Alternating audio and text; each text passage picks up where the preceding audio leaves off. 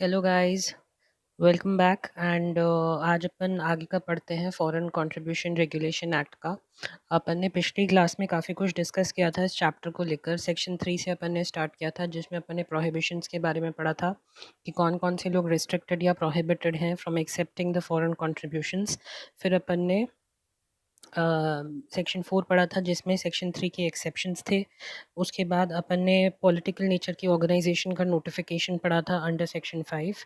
फिर अपन ने foreign hospitality करी थी सेक्शन 6 के अंदर।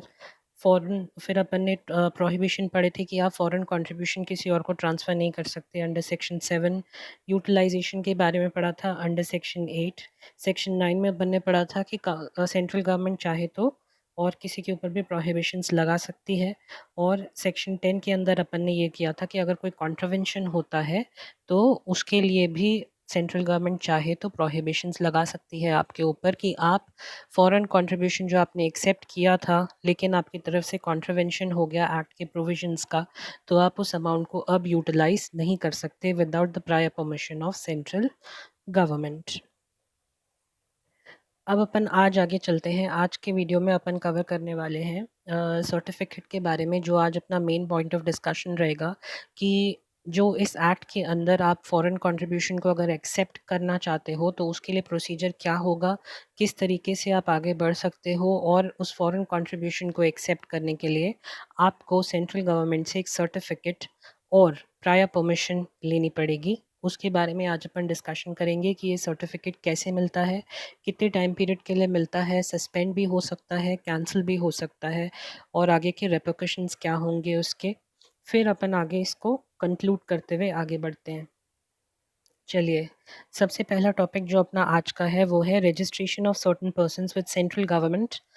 Section 11 and section 12। सेक्शन 11 और सेक्शन 12 के अंदर ही आप सर्टिफिकेट लेंगे सेंट्रल गवर्नमेंट से। इस सर्टिफिकेट को लेने के बाद आप एलिजिबल हो जाते हो कि आप बाहर से फॉरेन कंट्रीब्यूशन एक्सेप्ट कर सकते हो। अब जब आप ऑथराइज पर्सन या ऑथराइज डीलर बैंक के पास जाएंगे अपने फॉरेन कंट्रीब्यूशन के ट्रांजैक्शन के लिए, जो आपको मिलने वाला है, वो ऑथराइज डीलर और ऑथराइज बैंक भी अपने पास सारी इन्फॉर्मेशन स्टोर करके रखेगा और ये इन्फॉर्मेशन आगे सेंट्रल गवर्नमेंट को भी दी जाएगी। लेकिन फर्स्ट प्राइमा फेसी एविडेंस ये माना जाएगा कि आपके पास जो है ये फॉरेन कंट्रीब्यूशन एक्सेप्ट करने का सर्टिफिकेट है या नहीं। जब तक आपके पास सर्टिफिकेट नहीं होगा, ऑथराइज पर्सन या ऑथराइज डीलर बैंक आपकी बात नहीं सुनेगा। तो सबसे पहला आज अपन करेंगे section 11 and section 12, that is registration of certain persons with central government. इनको अपने आप को रजिस्टर करा के ही ये सर्टिफिकेट ऑब्टेन कर पाएंगे। ये कोई भी हो सकते हैं जो फॉरेन कंट्रीब्यूशन एक्सेप्ट करना चाहते हैं, लेकिन सबसे इम्पॉर्टेंट चीज़ है कि किस पर्पस के लिए करना चाहते हैं। बहुत सारे नॉन गवर्नमेंटल ऑर्गेनाइजेशंस होते हैं इंडिया में जो चैरिटी वर्क करते हैं, नॉट फॉर प्रॉफिट ऑर्गेनाइजेशंस होते हैं, and they normally work on donation. जो इनका मेन सोर्स ऑफ रेवेन्यू होता है that is donation. Most, I don't know if you have seen और not, there is a non governmental organisation जिसका Facebook page मुझे पता है, which is Animal Aid Unlimited, that works for animal welfare of animals in Udaipur in India. And a lot of foreigners are you know interested in that organization and they keep donating. But Animal Aid Unlimited has obtained a certificate from the central government for obtaining foreign contributions, इसलिए उनके पास काफ़ी donations भी जो है वो बाहर से आते हैं। तो उसी को आगे पढ़ते हुए अपन स्टार्ट करते हैं। Registration of certain persons with central government, section 11 and 12। Any person having a definite cultural, economic, education, religious और सोशल प्रोग्राम, ये सारी चीज़ें जो हैं आपकी होने चाहिए। प्लस यहाँ पे आगे लिखा हुआ है कि डेफिनेट प्रोग्राम होना चाहिए, यानी आपका जो इस्टेब्लिशमेंट है वो इस फील्ड के अंदर काफ़ी अच्छे समय से है and you are definite in that field. कोई भी इधर उधर की एक्टिविटीज़ नहीं होनी चाहिए। shall accept foreign contribution if such person obtains a certificate of registration। ये important point है कि obtains a certificate of registration, यहाँ पे लिखा भी हुआ है if, मतलब अगर इसने सर्टिफिकेट इनके पास है तभी ये फॉरेन कंट्रीब्यूशन को एक्सेप्ट कर सकते हैं। और ये सर्टिफिकेट इनको कहाँ से लेना है? From the central government. Conditions क्या क्या है, किन कंडीशंस को देखते हुए सेंट्रल गवर्नमेंट आपको सर्टिफिकेट देगी। ये कंडीशंस इंपॉर्टेंट हैं। तो इनकी कंडीशंस ये हैं, आपको एक एप्लीकेशन देना पड़ेगा, an application along with the prescribe fees to be submitted. If the application is incomplete, central government can reject your application.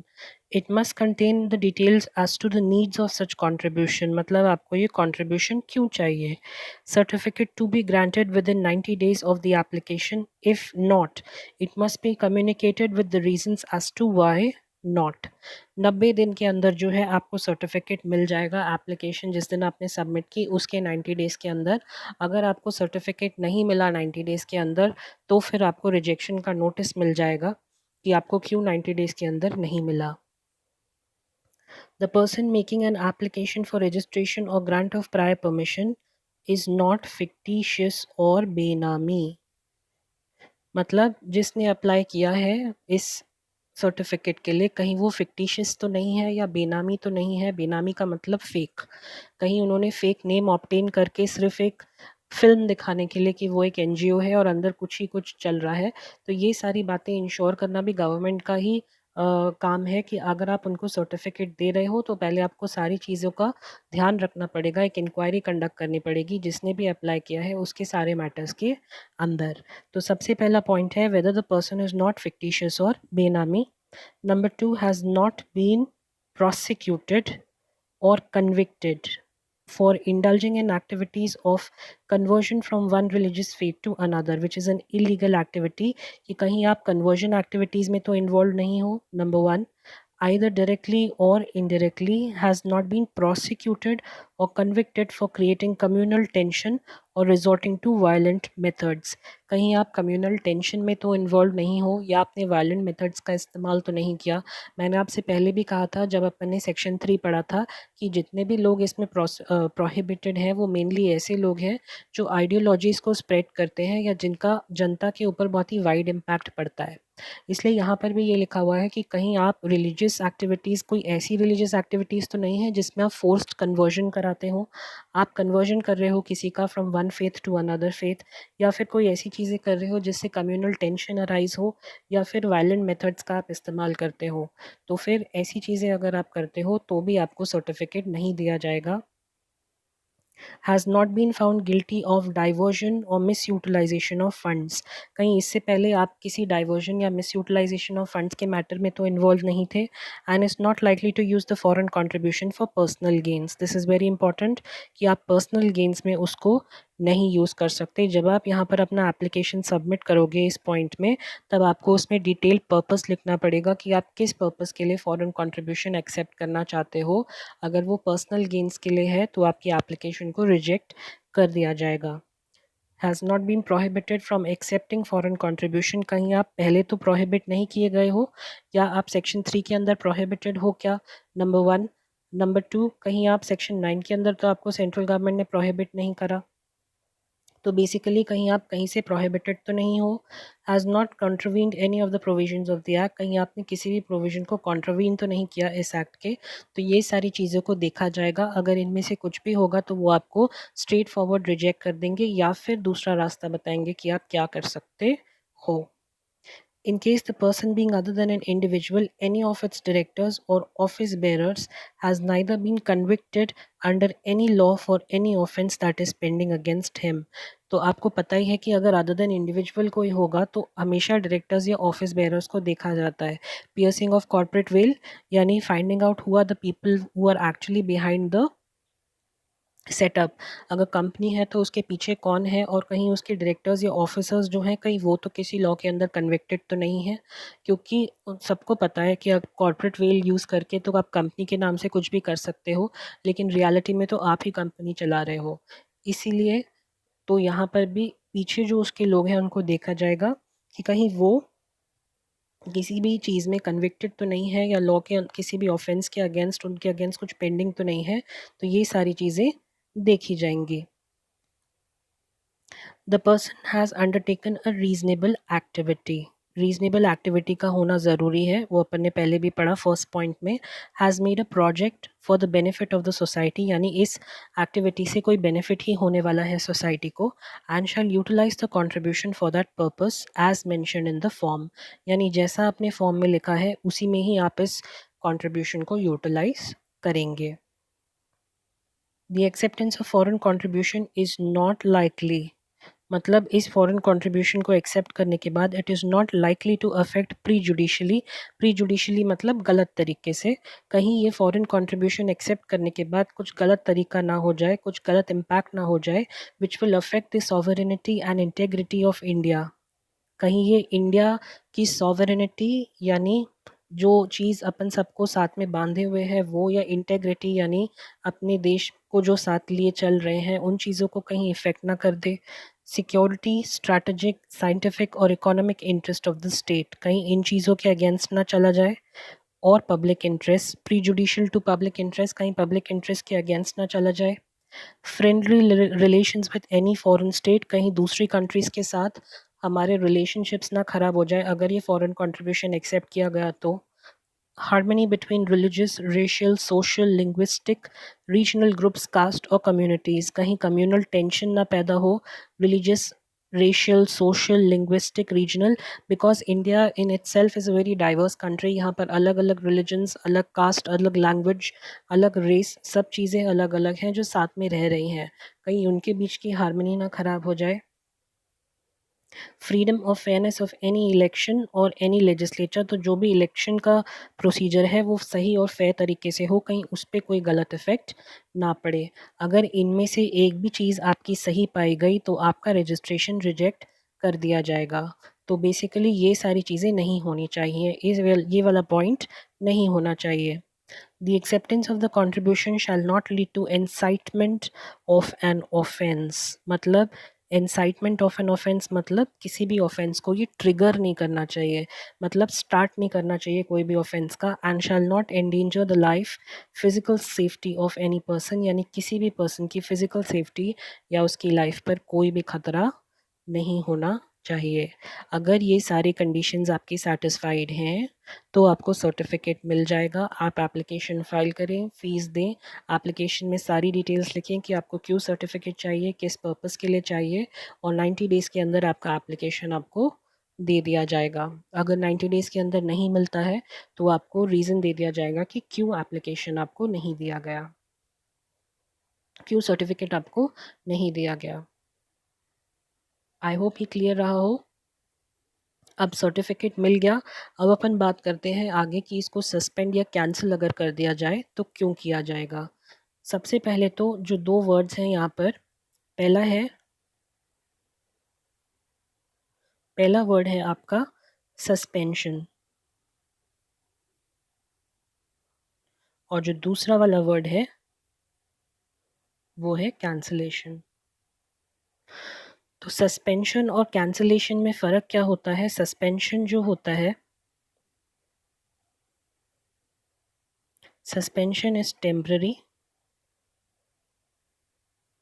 cancellation is almost, I would not say permanent, but it is for longer period। बीच में 3 साल का period आएगा जो cooling period आपका कहलाएगा, यानी जिस दिन कैंसिल हुआ उसके 3 साल, अगले 3 साल तक आप अप्लाई नहीं कर सकते, फिर उस 3 साल के एक्सपायरी के बाद आप अप्लाई कर सकते हो। तो सस्पेंशन जो होता है that is for a shorter period, and जो कैंसिलेशन आपका होता है that is for a longer period. Cancellation full fledged होता है, मतलब कैंसिल होने के बाद आप कुछ नहीं कर सकते।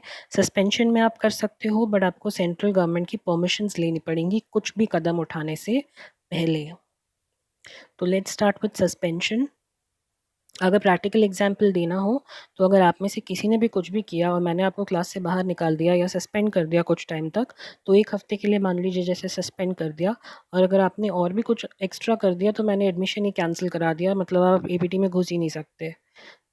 तो आई होप डिफरेंस क्लियर रहा हो, don't get serious. And let's start with suspension.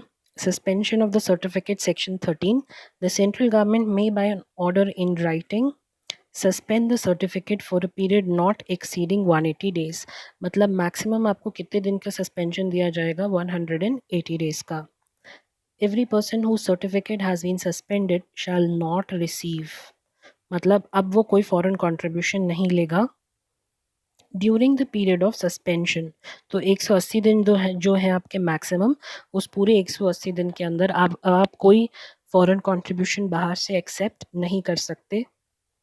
Every person whose certificate has been suspended shall utilize the foreign contribution, shall utilize the foreign contribution in his custody with the prior approval of the central government। मैंने आपसे कहा ही था कि अब अगर आपको कुछ करना है तो आपको सेंट्रल गवर्नमेंट का अप्रूवल लेना ज़रूरी है, यानी अब अगर आप कोई इस कंट्रीब्यूशन का इस्तेमाल करना चाहते हो तो उसके लिए पहले आपको सेंट्रल गवर्नमेंट की परमिशन लेना कंपलसरी होगा। क्लियर हुआ? तो suspension is a temporary thing, आपका सर्टिफिकेट टेम्प्रेरी तरीके से सस्पेंड किया जा सकता है फॉर 180 डेज़। रीजंस कुछ भी हो सकते हैं इसके, अगर आपने कुछ भी गलत काम किया तो वो सस्पेंशन भी दे सकते हैं और कैंसिलेशन भी दे सकते हैं, depends on the facts of the case. And जिसका भी सर्टिफिकेट सस्पेंड हुआ वो सस्पेंशन के बाद, जब तक सस्पेंशन है तब तक कोई भी फॉरेन कंट्रीब्यूशन एक्सेप्ट नहीं कर सकता। तीसरी बात, अगर उसके पास कोई फॉरेन कंट्रीब्यूशन रखा है अकाउंट में तो वो उसका इस्तेमाल भी नहीं कर सकता जब तक वो सेंट्रल गवर्नमेंट का प्रायर परमिशन ना ले ले। चलिए, नेक्स्ट जो अपना टॉपिक है that is cancellation of certificate under section 14। तो अब अपन कैंसिलेशन के बारे में पढ़ेंगे जो कि लॉन्गर पीरियड के लिए होता है। Central government may if it is satisfied after making inquiry, इसके लिए इंक्वायरी कंडक्ट करेंगे। तो ये याद रखिएगा, after making inquiry may cancel the certificate if the holder of a certificate has made a statement, उसने कोई स्टेटमेंट दिया in or in relation to the application for the grant of registration or a renewal thereof which is incorrect or false।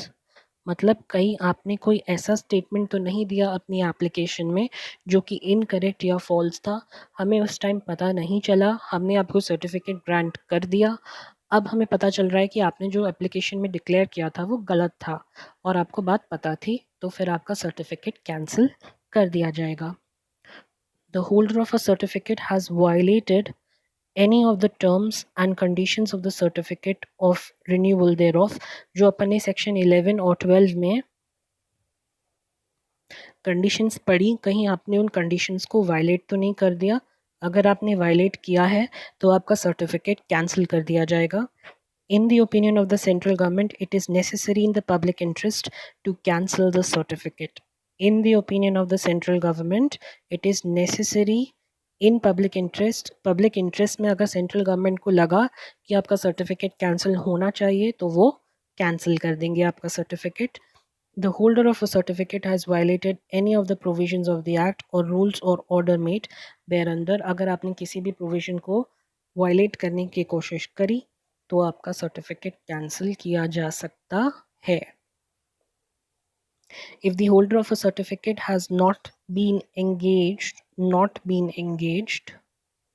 in any reasonable activity in its chosen field for the benefit of the society for 2 consecutive years or has become defunct, इस point को याद रखिएगा कि अगर कोई holder है certificate का जिस बेसिस पर उसने सर्टिफिकेट लिया था, फॉर एग्ज़ाम्पल मैंने आपको एनिमल एड अनलिमिटेड का एग्ज़ाम्पल दिया, मान लीजिए अगर उन्होंने ही सर्टिफिकेट लिया एंड सर्टिफिकेट लेने के बाद अब वो एनिमल वेलफेयर में काम ही नहीं कर रहे, जिस बेसिक पर्पस के लिए उन्होंने सर्टिफिकेट लिया था उसमें तो वो काम कर ही नहीं रहे। कंजिक्यूटिवली 2 इयर्स हो चुके हैं जब वो उस पर काम कर ही नहीं रहे, ना ही उनका काम स्टार्ट हो पाया या फिर वो एनजीओ ही डिफंक्ट हो गई, तो इन केसेस में भी जो है आपका सर्टिफिकेट कैंसिल कर दिया जाएगा।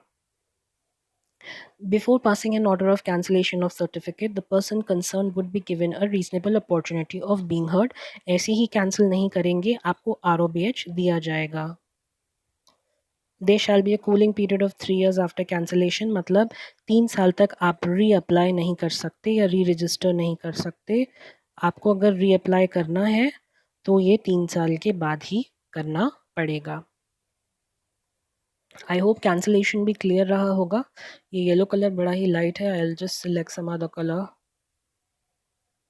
और maybe this one. I hope ये क्लियर रहा होगा। नेक्स्ट टॉपिक स्टार्ट करते हैं, which is renewal of the certificate. अब अगर आपको जो सर्टिफिकेट मिला था एक्सपायर होने वाला है, तो उसको रिन्यूअल के लिए आप क्या कर सकते हो। Every person who has been granted a certificate shall have the certificate renewed. कब? Within 6 months before the expiry of the period of the certificate. मान लीजिए मेरा सर्टिफिकेट दिसंबर 2019 में एक्सपायर होने वाला है।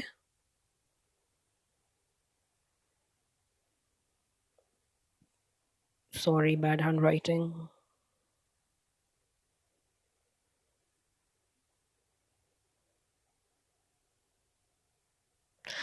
मान लीजिए मेरा सर्टिफिकेट दिसंबर 2019 में एक्सपायर होने वाला है, तो इसके 6 महीने पहले मुझे रिन्यूअल की एप्लीकेशन देनी पड़ेगी, यानी जून 2019 से पहले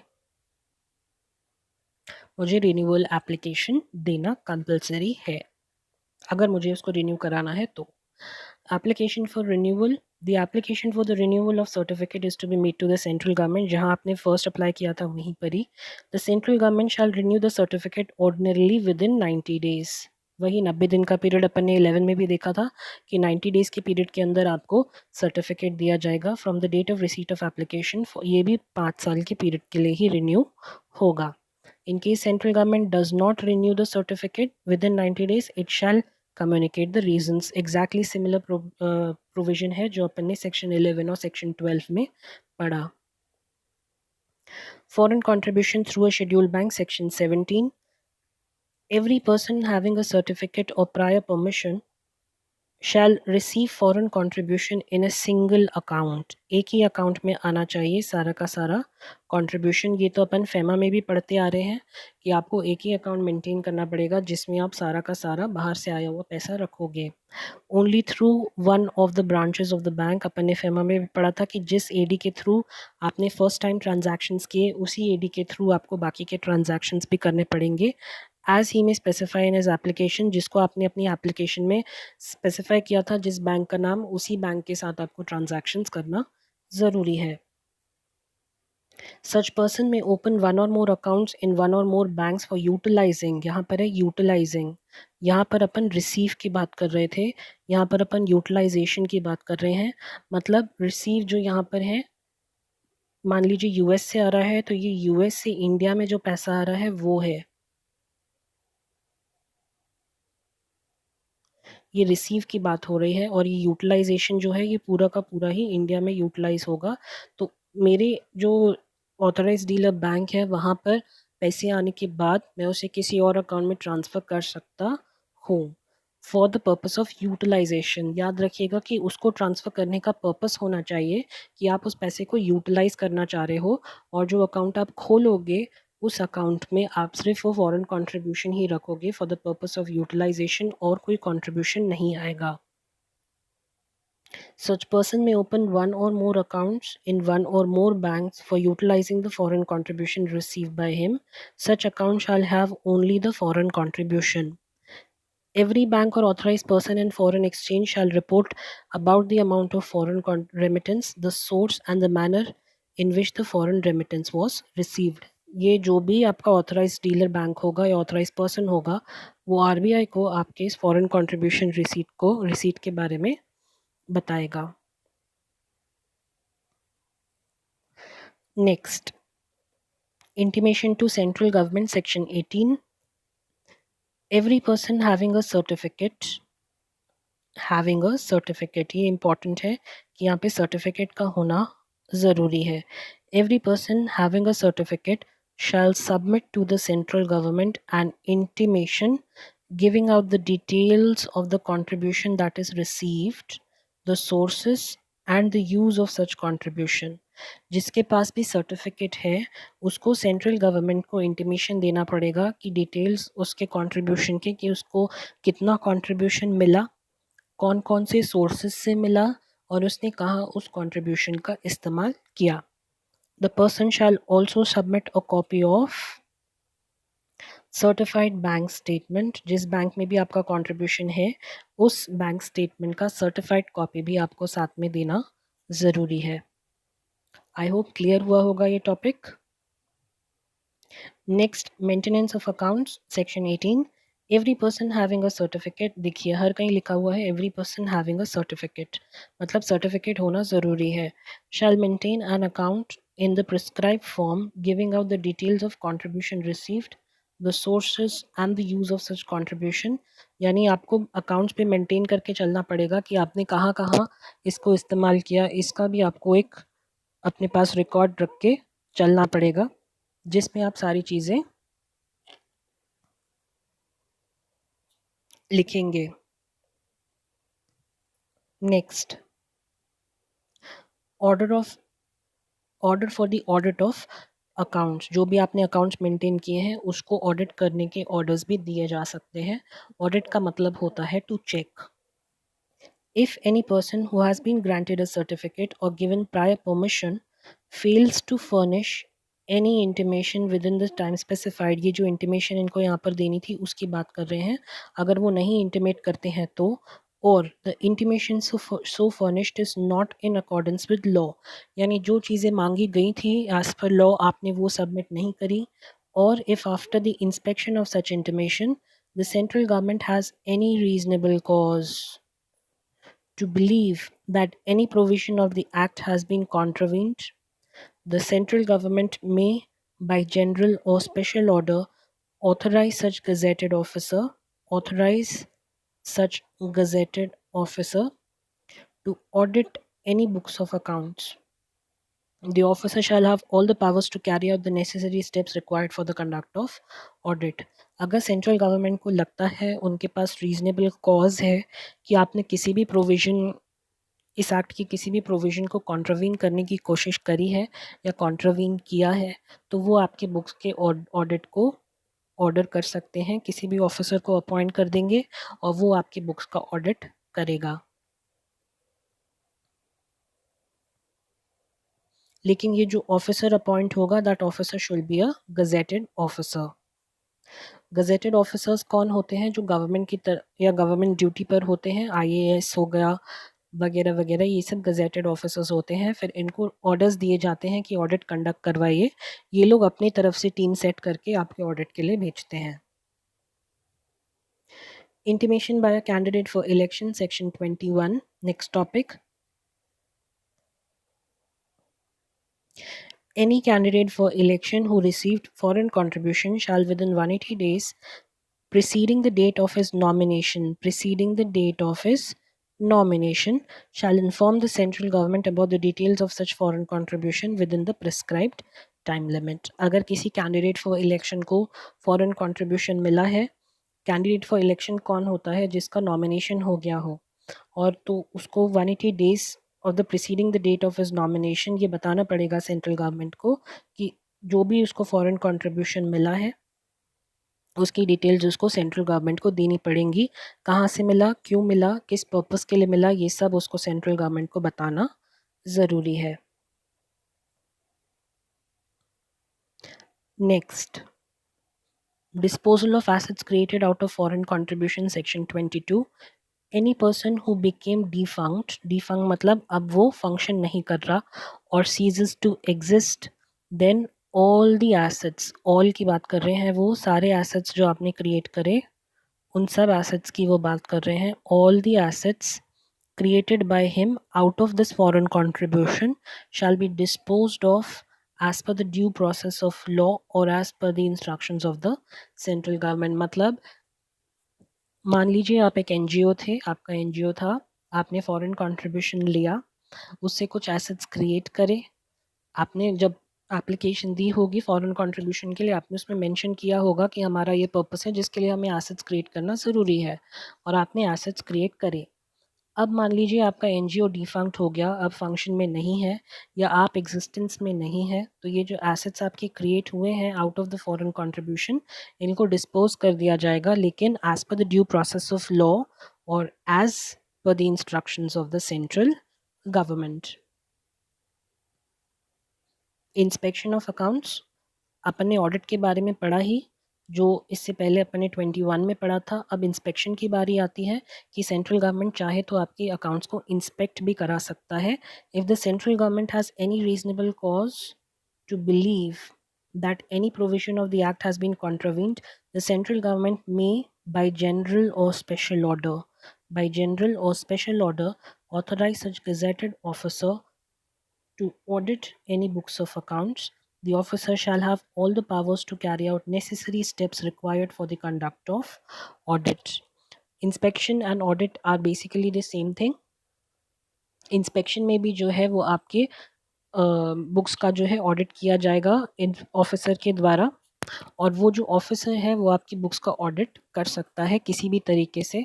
उनके पास पूरी पावर्स रहेंगी कि वो आपके प्रेमाइसेस में कभी भी एंटर कर सकते हैं, कभी भी वहाँ से बाहर निकल सकते हैं। अगर वो चाहें तो आपकी किसी भी चीज़ का इंस्पेक्शन कर सकते हैं।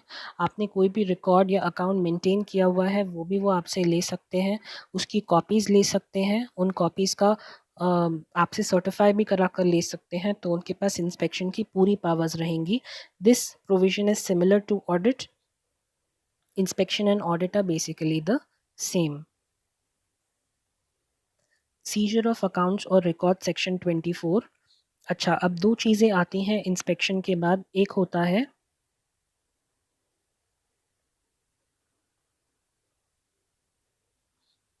सीज कर लेना और एक होता है कॉन्फिस्केट कर लेना।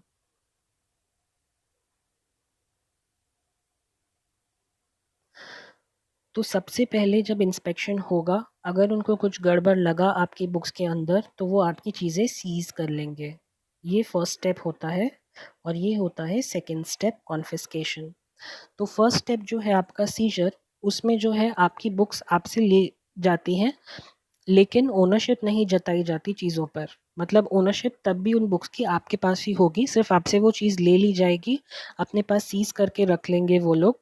और फिर इस और सीजर में ना एक लिमिटेड टाइम पीरियड होता है, जैसे 180 डेज़ हो गया, 6 महीने हो गए कि 6 महीने के लिए आप उसको सीज कर सकते हो, लेकिन 6 महीने बाद आपको आपको ओरिजिनल ओनर को ये चीज़ वापस देनी कंपलसरी है।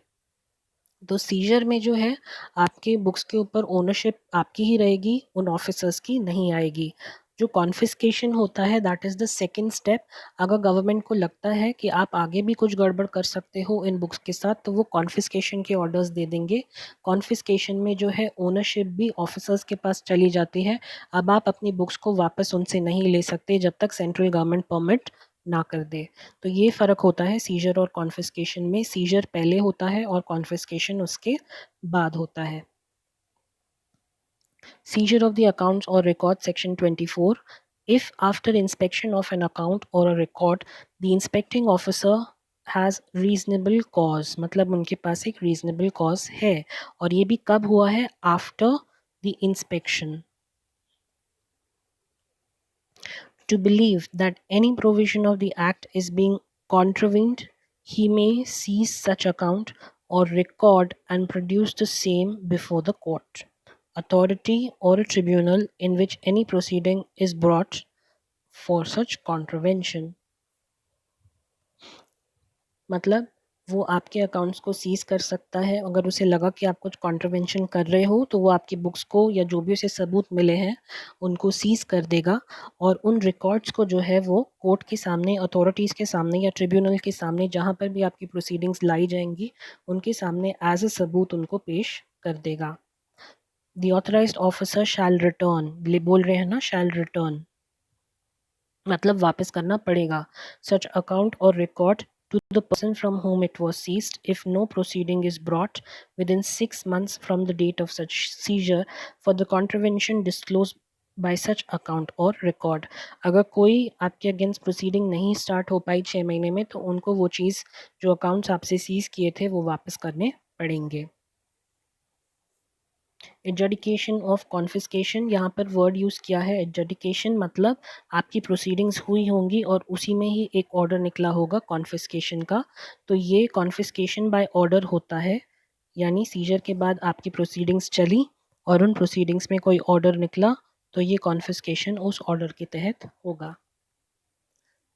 Any seized article may be confiscated without limit. Without limit मतलब इसमें कोई टाइम लिमिट नहीं है, जैसे यहाँ पर 180 डेज थी या 6 मंथ थे, यहाँ पर कोई टाइम लिमिट नहीं है। By a sessions court by passing an order in the official gazette. मैंने कहा ही था बाय ऑर्डर होगा और ऑफिशियल गजेट में इसको ऑर्डर को दिया जाएगा। Reasonable opportunity of being heard and a right to represent shall be given to the person from whom the articles are seized. यानी आपको एक ROBH दे दिया जाएगा कि क्यों आपके आर्टिकल्स को कॉन्फिस्केट ना किया जाए। अगर आपका जवाब सेटिस्फैक्ट्री हुआ तो इस ऑर्डर के ऊपर वापस डिसीजन लिया जा सकता है, अगर नहीं हुआ तो वहीं के वहीं आपकी चीज़ें कॉन्फिस्केट कर ली जाएंगी। यहाँ इतना होने के बाद क्या आपके पास अब कोई ऑप्शन बचता है? Of course, you have an option because this is Indian judiciary. They will give you an option to file an appeal. यहाँ पर जो भी ऑर्डर्स आपके अगेंस्ट पास हुए हैं, आप चाहो तो उन ऑर्डर्स के अगेंस्ट अपने लिए एक अपील फाइल ज़रूर कर सकते हो।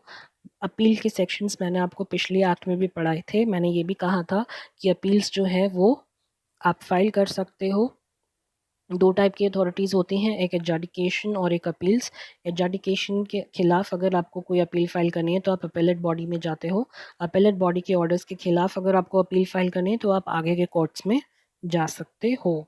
तो यहाँ पर जो है, जो भी आपके ऑफिसर ने या एडजुडिकेटिंग अथॉरिटी ने ऑर्डर्स पास किए हैं, उसके लिए पहले आप सेशंस कोर्ट में जाते हो और सेशंस कोर्ट के अगर आपको कुछ फ़र्क मतलब सेशंस कोर्ट के ऑर्डर के अगेंस्ट भी अगर आपको अपील फाइल करनी है तो आप हाई कोर्ट के अंदर जा सकते हो।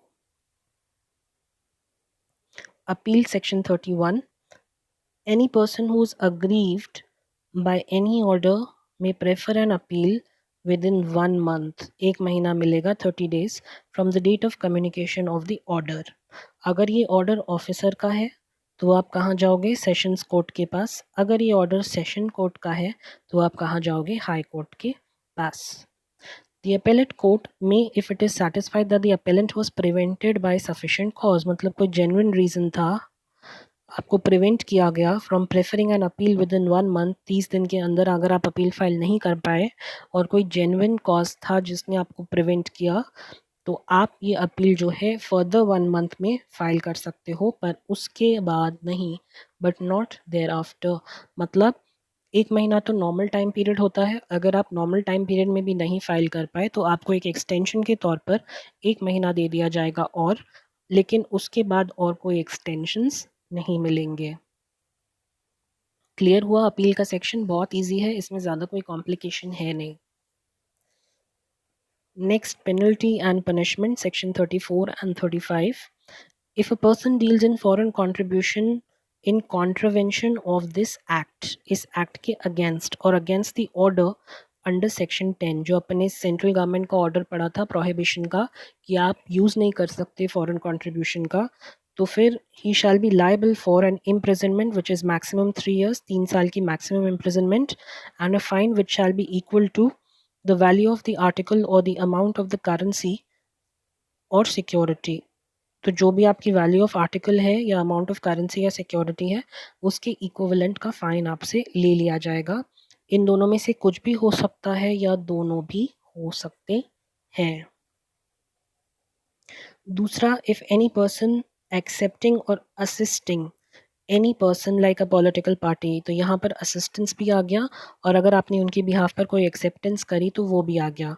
लाइक पॉलिटिकल पार्टी और organisation in a political nature for any foreign contribution, currency, foreign security in contravention of this act, then a fine on case to case basis, मतलब केस टू केस पे depend करेगा कि क्या fine होगा, तो वो आपसे लिया जाएगा, एंड मैक्सिमम 5 साल की इम्प्रिजनमेंट या फिर दोनों आप पे लगाए जा सकते हैं। इन दोनों पेनल्टीज़ में से ये वाली इम्पॉर्टेंट है कि आपसे ये पूछ सकते हैं इसका एप्लीकेशन। तो ध्यान रखिएगा कि ये वाली पेनल्टी इंपॉर्टेंट है, क्योंकि इसमें पॉलिटिकल पार्टी का जिक्र किया गया है कि आप उनके बिहाफ पर असिस्ट या एक्सेप्ट करने का कोशिश कर रहे हो। ये सब के लिए है, this is specifically for political parties. चलिए next, composition of offences section 41, which is the last topic of this chapter. Composition of offences और also called as compounding. Compounding और कॉम्पोजिशन एक ही होता है। अपन ने ये कंपाउंडिंग या कॉम्पोजिशन फेमा में भी पढ़ा था, सेम प्रोविजंस यहाँ भी अप्लाई होंगे। कॉम्पोजिशन या कंपाउंडिंग का मतलब होता है अपनी इच्छा से, आउट ऑफ सेल्फ, हम खुद आके अपने ऑफेंस को कबूल करते हैं, प्रोसिक्यूशन स्टार्ट ना की जाए, हम उसके बदले फ़ाइन देने को तैयार हैं, which is fine in lieu of prosecution. तो वही होता है कॉम्पोजिशन ऑफ ऑफेंसेस और कंपाउंडिंग एप्लीकेशन। तो इसमें क्या लिखा है, any of an offence committed under this act punishable with a fine और fine and imprisonment shall be accepted by the central government for composition होगा यहाँ पर, as specified in the official gazette. मतलब सेंट्रल गवर्नमेंट जो है वो official gazette में specify करेंगे कि कौन कौन से ऑफेंसेस के लिए हम कंपाउंडिंग की एप्लीकेशन को एक्सेप्ट कर सकते हैं। However there shall be a cooling period of 3 years। मतलब अगर आपने कोई ऑफेंस किया जो आपका फर्स्ट ऑफेंस था, वो आपने 2019 में कर दिया, तो इस ऑफेंस के लिए आपने कंपाउंडिंग एप्लीकेशन फाइल करी है।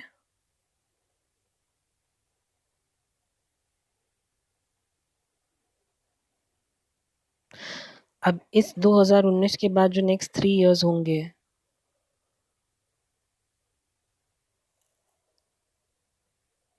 यानी 2022 तक, अगर इस पीरियड के अंदर आपने कोई सेकंड ऑफेंस किया और इसका भी आप कंपाउंडिंग चाहते हो,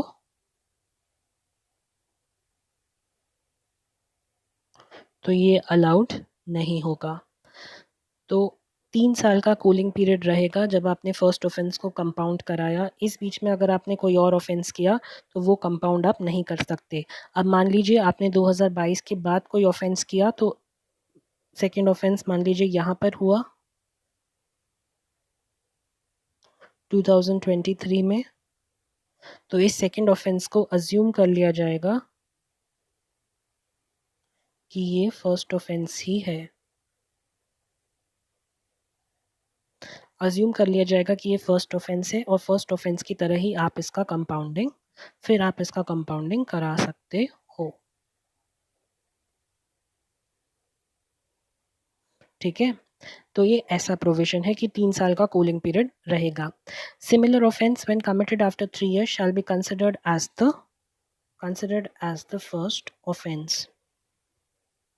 Every officer shall exercise the powers as directed by the central government, and every compounding application shall be made in the prescribed form and along with the prescribed fees. Any prosecution that is going on shall be dropped and no new prosecution shall be initiated. कोई भी prosecution जो है चल रही होगी उसको drop कर दिया जाएगा और कोई नई प्रोसिक्यूशन भी इनिशिएट नहीं करी जाएगी। ओके, आई होप क्लियर रहा हो ये chapter. It is a very small chapter and quite easy, इतना कुछ डिफ़िकल्ट इसके अंदर है नहीं। इम्पॉर्टेंट टॉपिक्स भी मैंने आपको बता ही दिए हैं।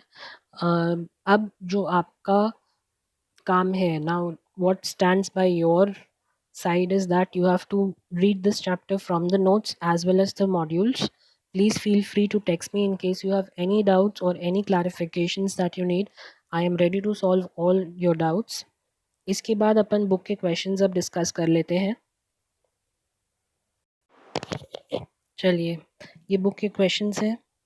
How does the FCRA 2010 seeks to regulate the receipt of foreign contribution and foreign hospitality? This you already know. इस एक्ट के प्रोविजंस के हिसाब से you have to write an answer to this. This is an essay type question. तो इसको आपको brief में describe करना है कि किस तरीके से ये कर सकते हैं। तो इसमें आप ये बता सकते हो कि सर्टिफिकेशन लेना इम्पॉर्टेंट है। सेक्शन 3 में प्रोहिबिशंस डाली गई हैं। सेक्शन 4 में जो है अपने प्रोहिबिशंस के अगेंस्ट कुछ एक्सेप्शंस हैं। तो ये इस तरीके से सेंट्रल गवर्नमेंट जो है इन सब चीज़ों को रेगुलेट करने की कोशिश करता है। बट जो सबसे मेन चीज़ है इसके अंदर वो है सर्टिफिकेट के बारे में या प्रायर परमिशंस के बारे में कि आपको फॉरेन कंट्रीब्यूशन लेने से पहले प्रायर परमिशन लेना ज़रूरी है। So this question can either come for 7 marks maximum. तो इस तरीके से आपको इसको एज अ जनरलाइज्ड ऐसे टाइप क्वेश्चन आंसर आपको करना पड़ेगा। Define foreign contribution and foreign source, ये आपके नोट्स में है ही, so you have to define it from that. Discuss the provisions of FCRA relevant to exemptions from acceptance of foreign contribution. क्या क्या एग्जेम्पशंस हैं इसके बारे में आपको करना पड़ेगा। I think this exemptions are given in section 4, तो वही आपको यहाँ पर करना पड़ेगा। Explain the concept of organisation of a political nature, ये अपन ने पढ़ा है। पॉलिटिकल नेचर का जो अपना था कि गवर्नमेंट कैसे नोटिफाई करता है पॉलिटिकल नेचर का जो ऑर्गेनाइजेशन है उसको, और आपको ये भी बताना पड़ेगा कि पॉलिटिकल नेचर के ऑर्गेनाइजेशन की खासियत क्या होती है, कि उनकी आइडियोलॉजीज़ क्या-क्या होती हैं, किस तरीके से वो अपनी आइडियोलॉजीज़ को स्प्रेड करते हैं, या क्या उनका मकसद होता है, ये सारी चीज़ें आपको इसके अंदर बतानी पड़ेंगी।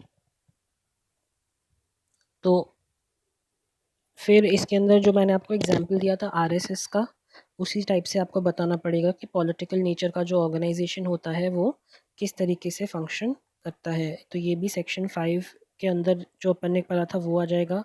पॉलिटिकल ऑर्गेनाइजेशन जो पॉलिटिकल नेचर का है वो सेक्शन 3 में भी आता है, तो ये भी आप इसके अंदर लिख सकते हो।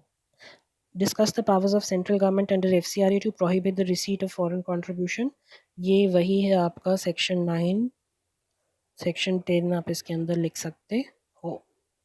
तो इजी क्वेश्चंस है, नॉट दैट डिफिकल्ट। ये होता है आपका एफसीआरए भी ख़त्म। नेक्स्ट वीक में अपन टारगेट रखते हैं for chapter number 6 and chapter number 8, that is overseas direct investment and external commercial borrowings. अब I want to give you a practice sheet for FEMA and FCRA because both the chapters you have done. मैं चाहता हूँ कि आप मुझे personally WhatsApp करके बताएं कि प्रैक्टिस शीट किसको चाहिए, सो दैट आई नो कि आपने पढ़ा है and you are willing to attempt it. Do not worry, it is not your examination but just to see कि कितना आपका हुआ है एंड वेयर यू स्टैंड। तो ट्राई करें कि आप चैप्टर्स ख़त्म कर लें ये दोनों, and then text me personally on WhatsApp for the practice sheet. मैं आपको प्रैक्टिस शीट भेज दूंगा, आप उसको करें within the time limit and मुझे उसके आंसर्स भेज दें so that I can evaluate कि आप कहाँ पर अभी स्टैंड करते हो and what we need to do in order to improve the situation. Okay, till then take very good care of yourselves and your family.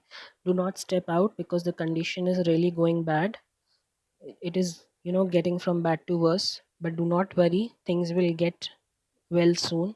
So just take care of yourself, take care of your studies, do not go out, and keep yourself healthy. See you in the next video, and we will start with overseas direct investment in the next video.